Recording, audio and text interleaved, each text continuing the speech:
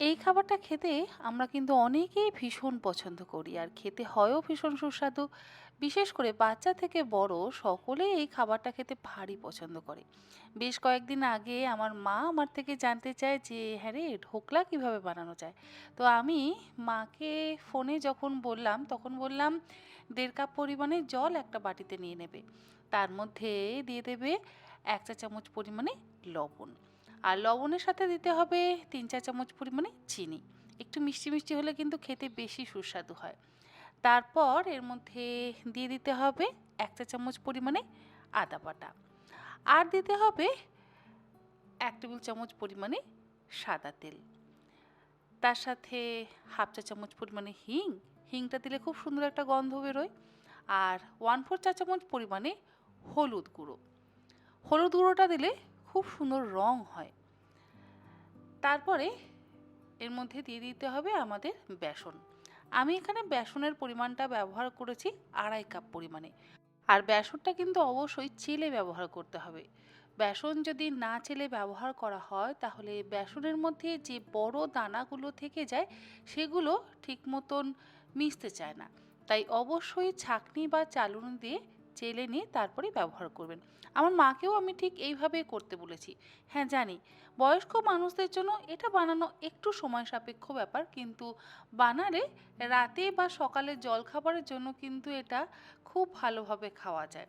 বিশেষ করে যে মানুষদের দাঁত নেই, যেমন আমার বাবার দাঁত নেই, তো আমার বাবা আবার একটু মিষ্টি, মিষ্টি খাবার-দাবার খেতে ভীষণ পছন্দ করে। তো বাবার এটা ভীষণ পছন্দের খাবার। তাই জন্য মাকে শেখাতে, শেখাতে আমি ভাবলাম রেসিপিটাও না হয় আপনাদের সঙ্গে শেখানো যাক। এবারে সমস্ত কিছু আবারও একবার ভালো করে মিশিয়ে আমাদের কিন্তু ফেটিয়ে নিতে হবে। জলের পরিমাণটা অবশ্যই একটু বুঝে ব্যবহার করতে হবে, কারণ যদি বেশি পাতলা হয়ে যায় তাহলে আবার কিন্তু ঢোকলা পারফেক্ট হবে না। আর এটা আমরা বানাচ্ছি ইডলি ঢোকলা, মানে ইডলির মতন যেহেতু গোল গোল করে শেপটা দিয়েছি সেই জন্য আমি এটাকে ইডলি ঢোকলাই বলি। যাই হোক, খুব ভালো করে আমি ফেটিয়ে নিলাম।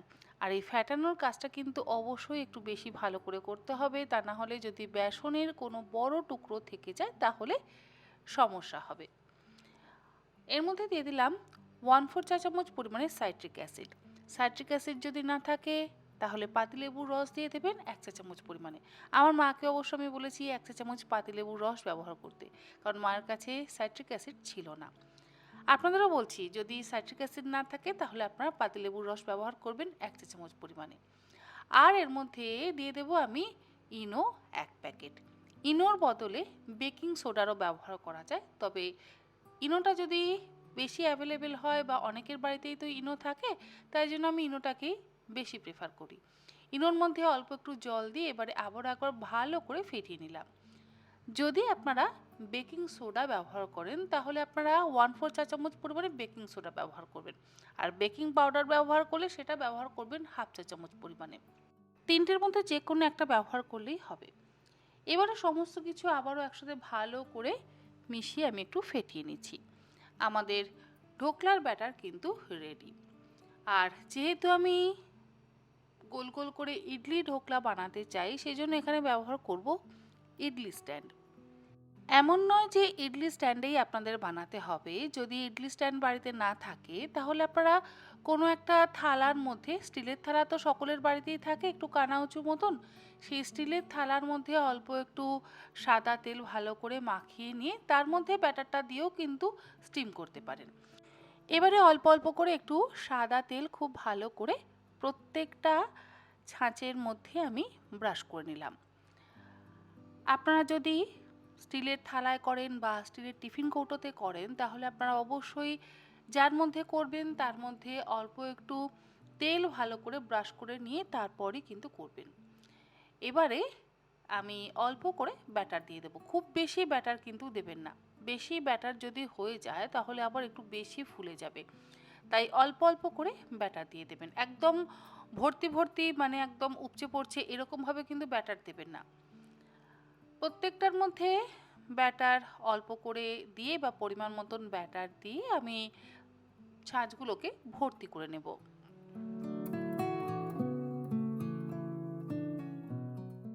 আমার এটা যেহেতু ইডলি বা ঢোকলা স্টিমার, সেই জন্য আমি পাত্রের মধ্যে দিয়ে দিলাম বেশ কিছুটা পরিমাণে জল। তারপরে স্ট্যান্ডটা বসিয়ে ঢাকনা দিয়ে ঢেকে দিলাম। প্রথমে হাই ফ্লেমে 3 মিনিট আমি ঢাকা দিয়ে স্টিম করে নিলাম। তারপরে গ্যাসের ফ্লেমটাকে লোতে করে দিয়ে 7 মিনিট আমি স্টিম করে নিলাম। 10 মিনিটের মধ্যেই কিন্তু আমাদের ঢোকলা ইডলি তৈরি। যদি আপনারা স্ট্যান্ডে করেন তাহলে কোনো সমস্যা নেই, আর যদি স্ট্যান্ডে না করেন, থালা বা টিফিন কৌটোর মধ্যে করেন, তাহলে কড়াইয়ের মধ্যে অল্প একটু জল দিয়ে তার মধ্যে একটা বাটি বসিয়ে পাত্রটা বসিয়ে ঢাকা দিয়ে দেবেন। দেখবেন আপনাদের ঢোকলা ইডলি কিন্তু বা ঢোকলা সুন্দরভাবে তৈরি হয়ে যাবে। স্টিম করে নেওয়ার পর আমি একবার চেক করে নিলাম, দেখুন আমাদের ঢোকলা ইডলিগুলো কিন্তু একদম পারফেক্টভাবে তৈরি হয়েছে। তড়কা দেওয়ার জন্য আমি একটা ফ্রাই প্যানের মধ্যে দিয়ে দিলাম 2 টেবিল চামচ পরিমাণে সাদা তেল। তেল গরম হয়ে গেলে এর মধ্যে আমি দিয়ে দিচ্ছি হাফ চা চামচ পরিমাণে কালো সর্ষে, আর অল্প একটু আমি রায়েরও ব্যবহার করি অবশ্য, আপনারা চাইলে করতেও পারেন আবার চাইলে নাও করতে পারেন।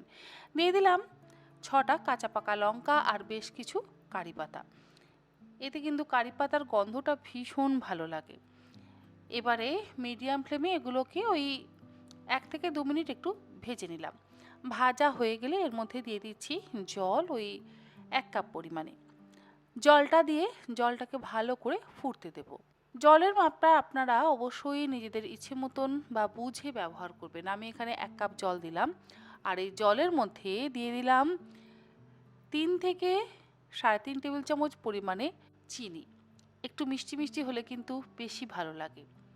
আপনারা চিনির পরিমাণ এবং লবণের পরিমাণ নিজেদের ইচ্ছে মতন ব্যবহার করবেন। 1 চা চামচ দিয়ে দিলাম আমি এখানে লবণ, আর সামান্য পরিমাণে একটু হিংও ওপর থেকে ছড়িয়ে দিলাম। এবারে এই জলটাকে খুব ভালো করে ফুটিয়ে নেব। জলটা ফুটে উঠলে আমি গ্যাসের ফ্লেমটাকে বন্ধ করে দেব।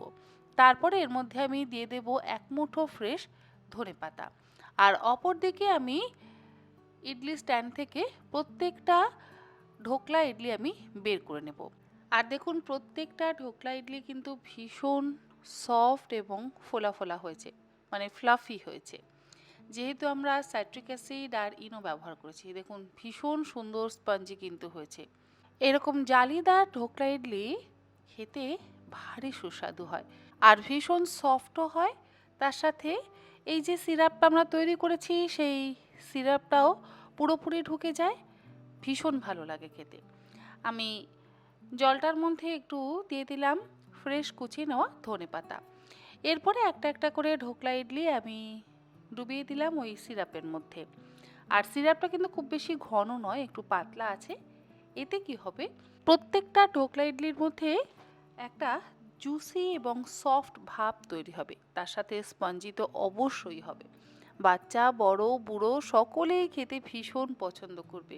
আশা করি আমার আজকের এই ঢোকলা ইডলির রেসিপি আপনাদের ভালো লাগলে আপনারা যে কোনো দিন সকালের জলখাবারে বা সন্ধ্যের জলখাবারে বা রাতের খাবার হিসেবে কিন্তু অবশ্যই এরকমভাবে বানিয়ে খেতে পারেন। আবার যদি বাড়িতে কোনো গেস্ট আসেন তাদেরকেও বানিয়ে খাওয়াতে পারেন।